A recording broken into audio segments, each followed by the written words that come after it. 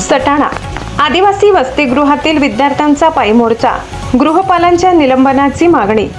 सटाणा येथील शासकीय आदिवासी मुलांच्या वसतिगृहातील विद्यार्थ्यांनी विविध समस्यांविरोधात गुरुवारी पायी मोर्चा काढत थेट कळवण येथील प्रकल्प कार्यालय गाठले। विद्यार्थ्यांनी प्रशासनाविरोधात गंभीर आरोप करत निवेदन सादर केले असून गृहपाल PS तेलंगे यांचे निलंबन अथवा तात्काळ बदली करण्याची मागणी केली। विद्यार्थ्यांनी दिलेल्या निवेदनानुसार वसतिगृहात निकृष्ट दर्जाचे भोजन दिले जात असून स्वच्छतेकडेही पूर्णपणे दुर्लक्ष होत आहे। तसेच गृहपाल PS तेलंगे हे अनेकदा मद्यधुंद अवस्थेत असल्याचा गंभीर आरोप विद्यार्थ्यांनी केलाय।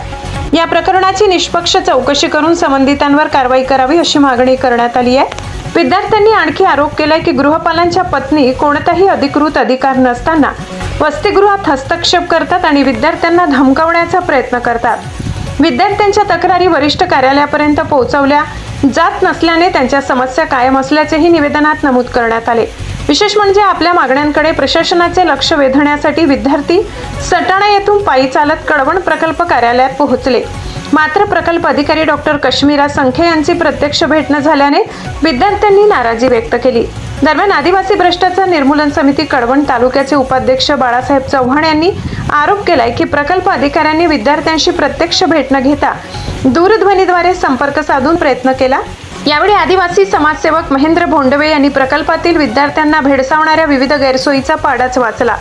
तसेच विद्यार्थी कृष्णा पवार यांनी वसतिगृहातील निकृष्ट भोजन, स्वच्छतेचा अभाव आणि इतर समस्यांची माहिती प्रसार माध्यमांसमोर मांडली। विद्यार्थ्यांनी वसतिगृहातील सर्व तक्रारींची तातडीने चौकशी करून दोषींवर कठोर कारवाई करावी, विद्यार्थ्यांवर कोणत्याही प्रकारचा दबाव आणू नये आणि गृहपाल PS तेलंगे यांचे निलंबन अथवा बदली करावी अशी मागणी केली आहे। आता या गंभीर आरोपांवर आदिवासी विकास विभाग आणि कळवण प्रकल्प प्रशासन कोणती भूमिका घेते याकडे सर्वांचे लक्ष लागले आहे। मुख्य संपादक चेतन हिरेसह खुशाल देवरे, कळवण। कळवण प्रकल्पापर्यंत आणि जे आमच्या मागण्या होत्या ते आम्ही इथं मांडले आहेत आणि जे आम्ही आधी म्हणजे तिथं सॉल्व करायचा प्रयत्न केले पण तिथं काय कोणी सॉल्व केले नाही। जर सरांना किंवा कर्मचाऱ्यांनी सांगितले पण सर ते काय आमच्या मागण्या पूर्ण करत नाही, म्हणून आम्ही आज इथं प्रकल्पाला आलो आहे।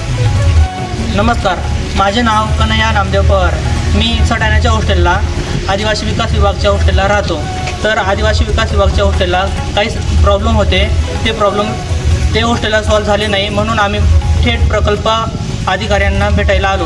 पण मॅम इथं नव्हत्या, तर त्यांचे जे काही सहकारी होते त्यांना आम्ही निवेदन दिलं आहे आणि मॅमसोबत पण बोलणं झालं आहे। तर आम्ही निवेदनमध्ये आमच्या समस्या मांडल्या आहेत, तर आम्हाला अपेक्षा आहे की आमच्या समस्या सॉल्व होतील। त्याकडे म्हणजे बाथरूम हे स्वच्छ नसतात आणि वारंवार म्हणजे ज्या तक्रारी दिल्या आहेत आम्ही तरी पण ते बाथरूम स्वच्छ नाही करतात। हॉस्टेलचे बाथरूम नीटनेटके राहत नाही म्हणून त्यांचे बेसिनमध्ये तोंड धुवायला सुद्धा वाटत नाही मुलांना। नळ पण खराब आहे आणि